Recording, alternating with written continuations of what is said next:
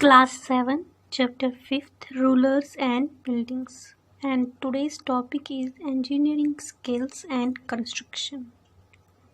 Students, कल के topic में आपने पढ़ा कि मिडिवल इंडिया में मिडिवल टाइम्स में यानी फ्रॉम 1080 टू 1780 किस तरह के स्ट्रक्चर्स और किस किस ने स्ट्रक्चर्स यानी कि बड़ी बड़ी इमारतें बनाई इंडिया में। उस टाइम के जो किंग्स होते थे, क्वींस होती थी, प्रिंसेस, ट्रेडर्स, उन्होंने नया बिल्डिंग उन दौरान बनाई। तो उसी के बारे में कल आपने इंट्रोडक्शन पढ़ा।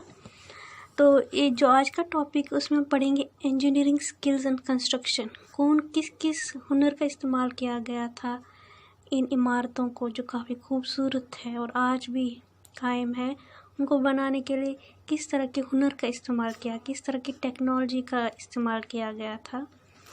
तो मिडिवल टाइम्स के जो स्ट्रक्चर थे, हिस्टोरियन उस वक्त की टेक्नोलॉजी के बारे में बताते हैं कि जिनमें ये स्ट्रक्चर बने हैं, उस वक्त की बिल्डिंगें थी वो काफ़ी काफ़ी बड़ी और खूबसूरत होती थी।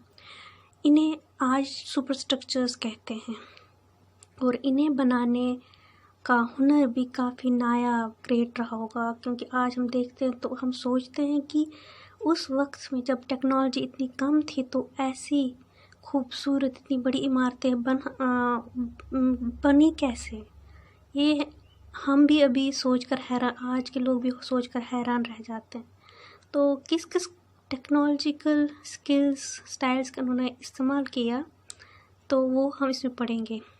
800 ईयर्स से लेकर 1100 ईयर्स के बीच कारीगरों ने और ज़्यादा कमरे, खिड़कियाँ, दरवाजे इन इमारतों में जोड़ना शुरू कर दिया। छत, दरवाजे और खिड़कियाँ 2 खड़े खंभे जिन्हें कॉलम्स बोलते थे, उनके ऊपर हॉरिजॉन्टल यानी सीधी बीम डालकर बनाई जाती थी।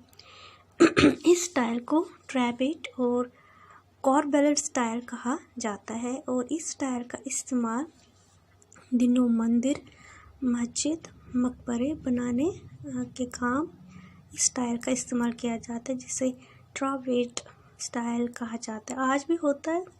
आज के घरों में आप देखोगे 2 जो वर्टिकल कॉलम उस पर हम ऊपर वाले रूफ लगा देते हैं, तो ये भी एक ट्रैपेट स्टाइल है।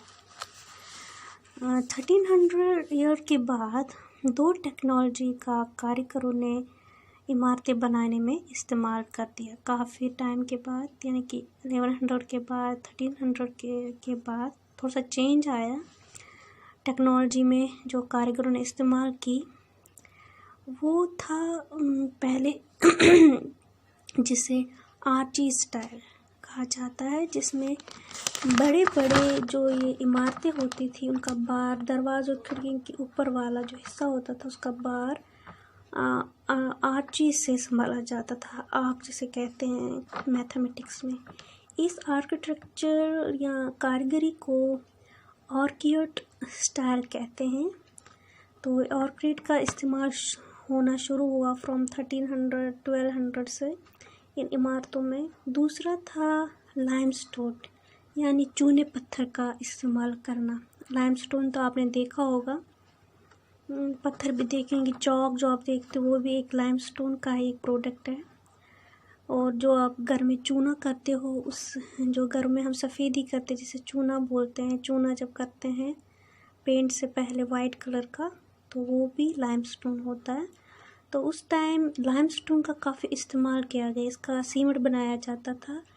छोटे छोटे कंकर पत्थरों से लाइमस्टोन को मिलाकर काफ़ी मजबूत सीमेंट बनाया जाता था। इस सीमेंट से बड़ी बड़ी इमारतें काफ़ी जल्दी और आसानी से बन जाती थी और ये इमारतों को काफ़ी मजबूत भी बनाता था। जो ये आज तक खड़ी है ये इमारत, इतने साल हो गए, 500 साल हो गए, 600 साल हो गए, अभी भी ये खड़ी है। तो इससे हमें पता चलता है कि कितनी टेक्नोलॉजी, हुनर, स्किल का इस्तेमाल इन कारीगरों ने उन दिनों किया होगा, जो इतनी बड़ी इमारतें अगर आप देखोगे तो ये फ्रॉम वो चाहे मिडिवल इंडिया में हो, पाकिस्तान में हो या